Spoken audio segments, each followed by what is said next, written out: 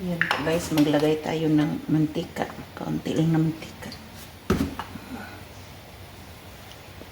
Ito na naman tayo guys. Luto na naman tayo.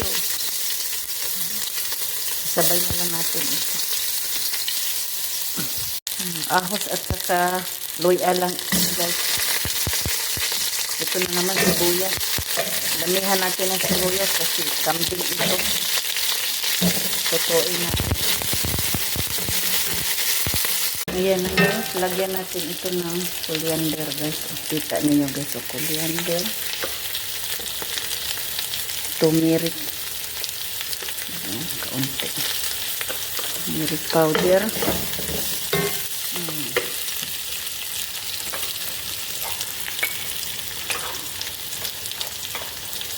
Curry powder. May darasin tayo guys. Oh, may laurel.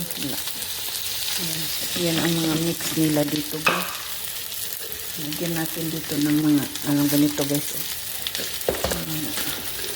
Common ito na mix ito siya. Ayan guys. Ayan na po guys. Diba na lagay ko na yung mga spicy. Dito na natin ilagay ang karne guys. Ayan guys. Ayan. Kasi yung spicy na fry na siya.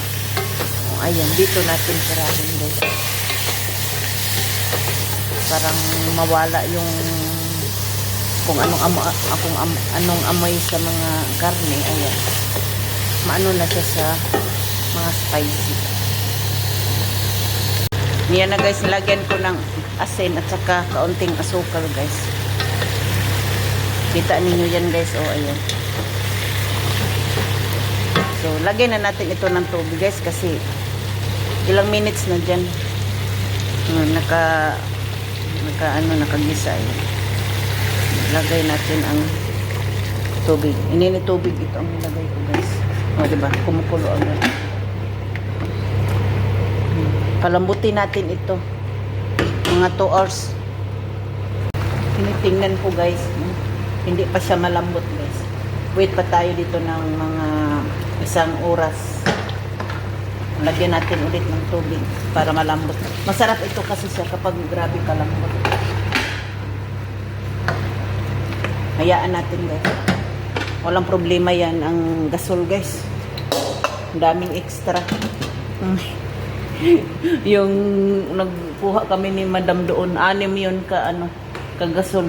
Hayaan natin yan.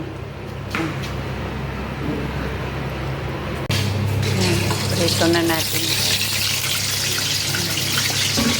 Ito yung paa.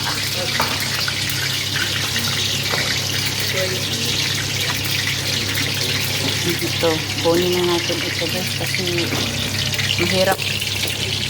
Ayan guys. Ayan. Sinamay ko yung gutok. Kasi mahirap sa sandok. Ayan. Dito. Aywa.